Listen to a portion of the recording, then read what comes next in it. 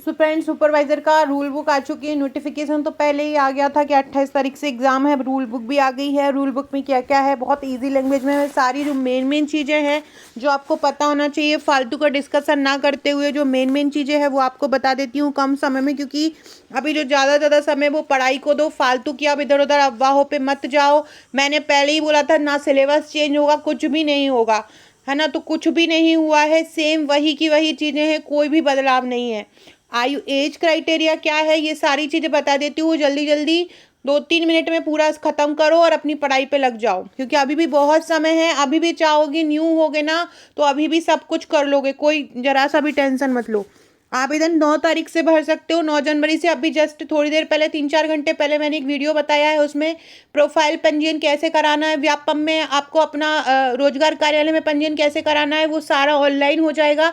वो दोनों करा के आप रखो, रोजगार पंजीयन और प्रोफाइल पंजीयन।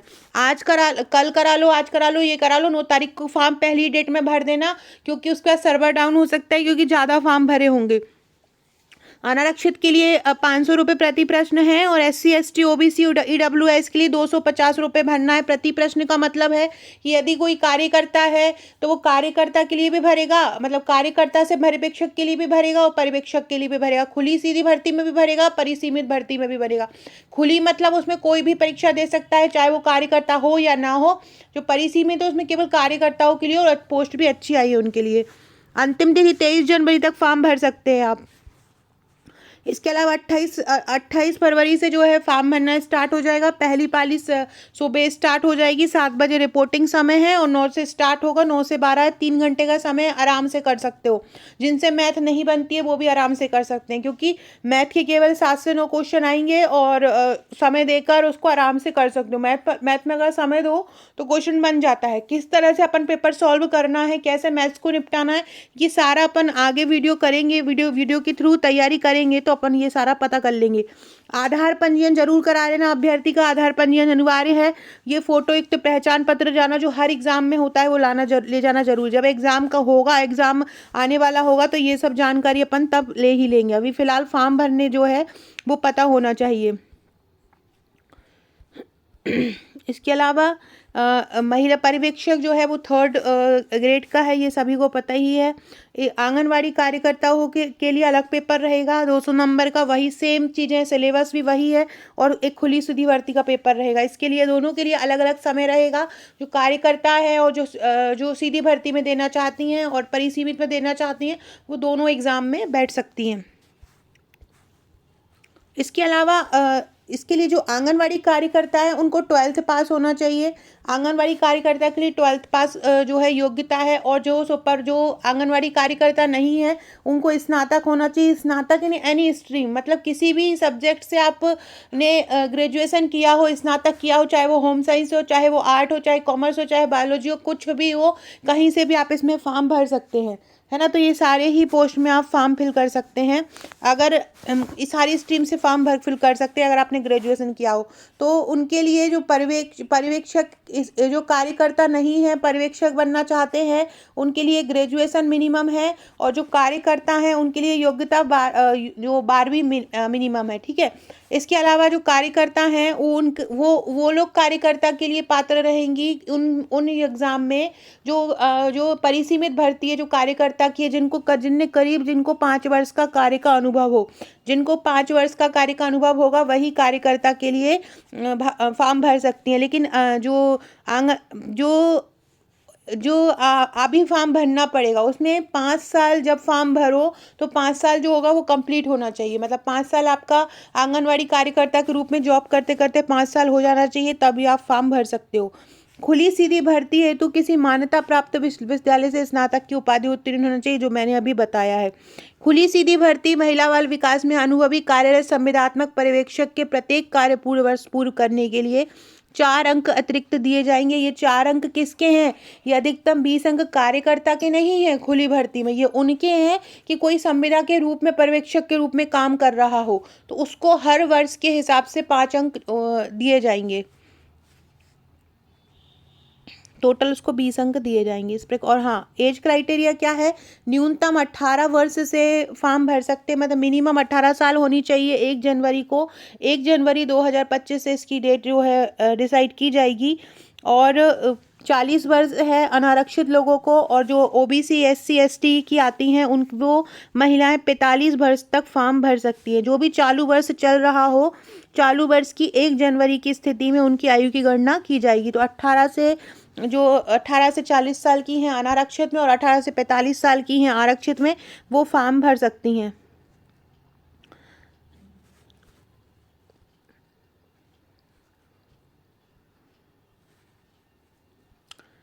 जिन लोगों की एज ज़्यादा है वो लोग भी उसमें फॉर्म भर सकते हैं।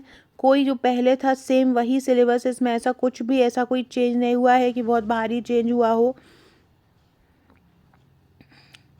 इसके अलावा ये आरक्षण है, इसमें एसटी को 20% आरक्षण दिया ही जाता है, एससी को 16% आरक्षण दिया जाता है, ओबीसी को 27% आरक्षण दिया जाता है, और आर्थिक रूप से कमजोर लोगों को 10% आरक्षण दिया जाता है। इस प्रकार से ये टोटल आरक्षण की स्थिति, इस प्रकार से आरक्षण दिया जाता है। महिला बाल विकास विभाग के भर्ती नियमों के अनुसार पर्यवेक्षक के रिक्त पदों में से 50% पद जो होंगे वो आंगनवाड़ी कार्यकर्ताओं हेतु एवं शेष 50% के 90% पद महिलाओं हेतु एवं 10% पद पुरुषों हेतु भी आरक्षित करे गए हैं। खुली सीधी भर्ती है, मतलब पुरुष भी फॉर्म इसमें भर सकते हैं, पुरुष के लिए भी पद इसमें दिए गए हैं। कितने पद दिए गए हैं ये पढ़ लेते हैं अभी। संविदा के रूप में कार्य किया है तो उसको अलग, संविदा के रूप में अगर कोई कहीं पे जॉब कर रहा है तो उसको भी ये सारे जो है फॉर्म इसमें नंबर मिलेंगे। पद कोड, सबसे पहले पद कोड 1 देख लेते हैं। पद कोड जो है ये पहला वाला जो है केवल बैकलॉग के लिए है, जो जनजातियां हैं उनके लिए है। इसमें जो पहले पद है जो सिर्फ महिला आंगनवाड़ी कार्यकर्ता के लिए है, जो आंगनवाड़ी कार्यकर्ता काम कर रही हैं पहले से और बैकलॉग है तो उनके लिए दिया है। ये ओबीसी के लिए है 2 पद हैं, एसटी के लिए 5 पद हैं और एससी के 3 पद हैं। ये टोटल 10 पद हैं। इसमें 12वीं तक जो है शिक्षा होनी चाहिए और 5 साल का अनुभव होना चाहिए। इसके अलावा जो खुली सीधी भर्ती है जिसमें सब भर सकते हैं, उनमें बैकलॉग के पद देखें तो उनमें बैकलॉग के पद के लिए एससी के 1 हैं, एसटी के 2 हैं, ओबीसी के 1 हैं। यो टोटल कितने हैं और 3 4 2 और 9, टोटल है इसके 9 पद हैं। इसमें क्या होगा, खुली भर्ती है ये टोटल, इसमें कोई भी भर सकता है, लेकिन ये बैकलॉग का है। स्नातक होना चाहिए, आयु सीमा का इसमें कोई बंधन नहीं होगा संविदा पर्यवेक्षक को। और जो है जितनी वर्ष की, प्रत्येक वर्ष के लिए 4 अंक दिए जाएंगे, अधिकतम 20 अंक दिए जाएंगे जितने वर्ष संविदा पे काम किया होगा। ये आंगनवाड़ी कार्यकर्ता के लिए भर्ती है, ये टोटल 321 पोस्ट हैं। आंगनवाड़ी कार्यकर्ता के लिए टोटल 321 पोस्ट हैं। याद रखना टोटल कितनी है, 321 हैं, जिसमें अलग अलग कैटेगरी में बटा हुआ है। 87 EWS SC ST OBC ये पूरा पद है, लेकिन कार्यकर्ता 321 पद के लिए फॉर्म भरेंगे। और इसके अलावा ये बटा हुआ है, जैसा कि अभी सरकार ने OBC आरक्षण का कोई क्लियर नहीं किया है, 27 है कि 14 है, तो 87% आरक्षण और 14% आरक्षण में भी ये बटा रहेगा। खुली भर्ती देखें महिलाओं के लिए, इसमें कितनी पोस्ट है, इसमें 288 पोस्ट हैं टोटल, जिसमें ये बटे हुआ है अलग अलग। EWS का अलग है, आरक्षित अलग है, SC का अलग है, SC ST का अलग है। ये है सैलरी पे स्केल देख लीजिए, 25,300 से 80,500 इसका पे स्केल है। इसमें मान्यता प्राप्त विश्वविद्यालय से स्नातक होना चाहिए। संविदा कर्मियों को इसमें आरक्षण मिलेगा। ये वही पद दिया हुआ है 87 और 14% में जो बटा है ये वही दिया है। ये पर्यवेक्षक खुली भर्ती मात्र पुरुषों के लिए है। पुरुषों के लिए अनारक्षित पे 3 पद हैं और संविदा कर्मी के लिए 5 पद हैं और भूतपूर्व सैनिक के लिए 1 पद, 9 पद होंगे। मान्यता प्राप्त विश्वविद्यालय से उन्हें स्नातक होना चाहिए। पुरुष पर्यवेक्षक केवल वहाँ उस जगह के लिए नियुक्त किए जाएंगे जो दुर्गम एवं वनाच्छादित क्षेत्र है, वहाँ के लिए पुरुषों को नियुक्त किया जाएगा। इसके अलावा बात कर लेते हैं सिलेबस की। सिलेबस वही है सेम जो पुराना वाला सिलेबस। ये नॉर्मलाइजेशन की प्रक्रिया दी गई है। ऑनलाइन एग्ज़ाम होगा, पूरा का पूरा ऑनलाइन एग्ज़ाम होगा, जैसे कि नॉर्मल व्यापम के दूसरे एग्ज़ाम होते हैं। हमारा जो महिला सुपरवाइज़र का पैकेज है, हमारा हम जीतेंगे बैच जो ऑनलाइन चल रहा है सुपरवाइज़र का, उसमें हम डेली टेस्ट ले रहे हैं। डेली उस टेस्ट से आप लोगों की प्रैक्टिस हो रही है कि कैसे आपको ऑनलाइन एग्ज़ाम देना है। ऑनलाइन आवेदन भरने की तिथि व अंतिम तिथि 23 जनवरी है और 15 दिन है भरने के, और जो संशोधन करने तक मिला के कुल 20 दिवस हैं, सॉरी। ठीक है। ये पूरा पोषण वाला पूरा चैप्टर जो पहले वाला था सिलेबस सेम का सेम है, कोई कुछ नहीं बदला है। 55 नंबर का पोषण वाला पार्ट है। सामान्य ज्ञान तर्क शक्ति ये भी 55 नंबर का है। जो प्रबंधकीय गुण है 45 नंबर का है। और जो प्रारंभिक देखभाल एवं शिक्षा है वो 45 नंबर का है। पूरा सिलेबस सेम वही का वही है। सेम वही सीधी भर्ती के लिए, वही कार्यकर्ताओं के लिए है। तो सारे लोग ये समझा चुकी हूँ, इससे अलावा कुछ नहीं है। और कोई भी जानकारी होगी तो आप मुझे व्हाट्सअप कर दीजिएगा।